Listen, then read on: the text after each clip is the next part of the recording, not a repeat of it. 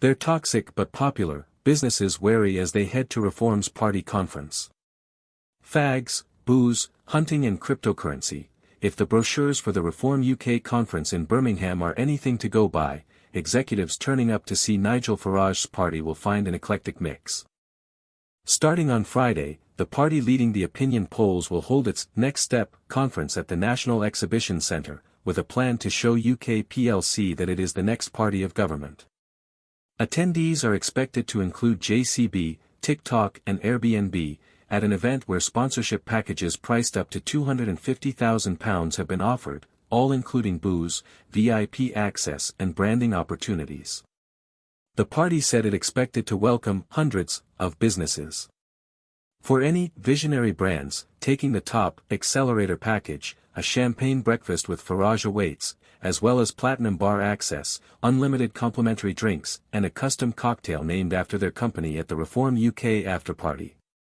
Supping with Farage is, though, not for everyone in corporate Britain. The Guardian spoke to more than a dozen business executives about their company's attendance. All said they were apolitical and also went to other party conferences. Most said that junior staff were heading to Birmingham rather than top bosses, while several expressed reservations. Everyone feels awkward, no one wants to be called out as being there, said one corporate affairs boss. They're a toxic brand, as well as a popular one, a very divisive brand. Some people don't want their businesses to be seen as speaking to or legitimizing them. Everyone can see Farage using businesses that turn up as a sort of, well, we've got all the businesses on side. That is the concern going on. At the weekend the Sunday Telegraph reported that Heathrow Airport had been unveiled as a sponsor, in an article suggesting that big business was flocking to Farage's party. The airport issued a statement suggesting that it was not implicitly backing reform.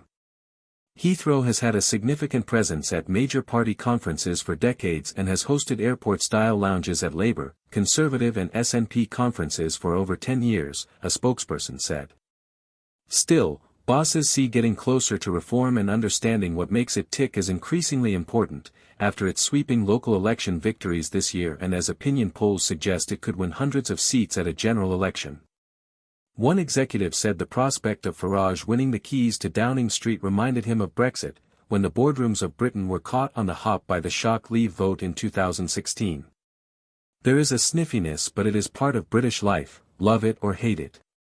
There are so many people out there who aren't on X or reading the same things, who would put their cross in the box. People forget that again and again. You look at the polls, it could happen. Most lobbyists said they were being dispatched by their bosses on a fact-finding mission.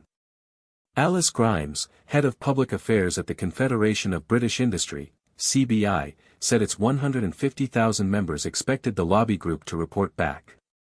There's a genuine intrigue about the party, they are still a little bit of an unknown. Businesses want to find out about the internal structures, who the key figures are, both on the inside and the influencing peripheries. With more than 12,000 people expected to attend, there is a mix of business interests targeting the conference. Hunting and bloodsports lobbyists are among prominent sponsors, including the Countryside Alliance, and the British Association for Shooting and Conservation.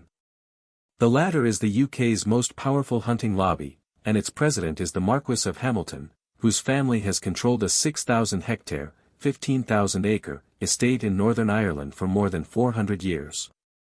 Farmers, aggrieved by the Labour government's inheritance tax changes, are represented by the National Farmers Union, which is hosting a Great British Brunch, with a menu showcasing UK produce.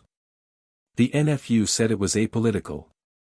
Libertarian groups, free market think tanks, and climate skeptics will also rub shoulders with reform's top brass, including at a session looking at the lessons from Donald Trump's America. Big tobacco companies are also attending and are likely to receive a warm welcome from Farage, a chain-smoking opponent of the smoking ban. Forest, a pro-smoking campaign group, is sponsoring an event on politics and prohibition, and Japan Tobacco International, JTI, the group behind brands including Benson and Hedges and Silk Cut, is hosting a panel with the Free Market Adam Smith Institute on reviving Britain's high streets. JTI said it engaged with all major UK political parties. Reform UK is no exception, and we look forward to participating in the panel that will discuss how to reverse the decline of UK high streets. Crypto companies are heavily involved, highlighting Reform's promise to accept Bitcoin donations and deregulate the sector. Reform's efficiency chief, Zia Yusuf, will be in conversation with Stani Kulchov, the Finnish founder of a firm called Aave Labs, and the crypto startup Zebek Technologies is a sponsor. However, other sectors will head to Birmingham on tenterhooks, including energy companies in the crosshairs of Reform's anti-net zero stance, after its deputy leader, Richard Tice, promised to rip up green energy contracts. They say that could hit investment in Britain, costing jobs in the communities the party is targeting.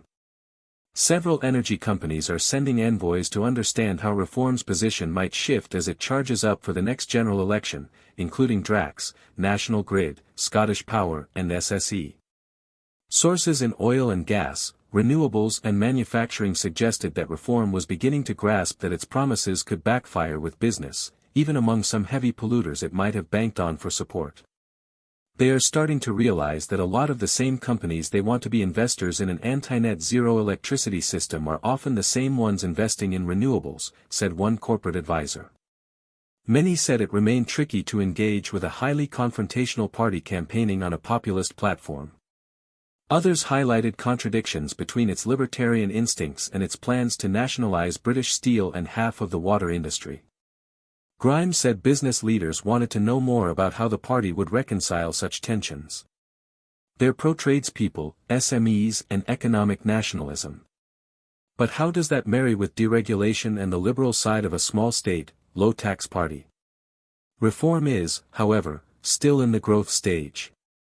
The party has begun building its external affairs capacity, led by Matthew McKinnon, a former advisor to the Welsh Conservative MP Chris Davies. Simon Marcus, a former North London Tory councillor, who was twice defeated standing for the Conservatives as a prospective MP, is also leading policy development. Getting closer to business could, though, sit uneasily for some of the party faithful, lobbyists suggested, should Reform get much closer to the corporate affairs brigade at future conferences. Still, wooing bosses is a tried-and-tested strategy in the Westminster playbook when preparing for government. They want to have more business leaders see them as a respectable party with reasonable policies, which feel implementable, said one lobbyist. Dare I say, it almost feels like Labour a few years ago.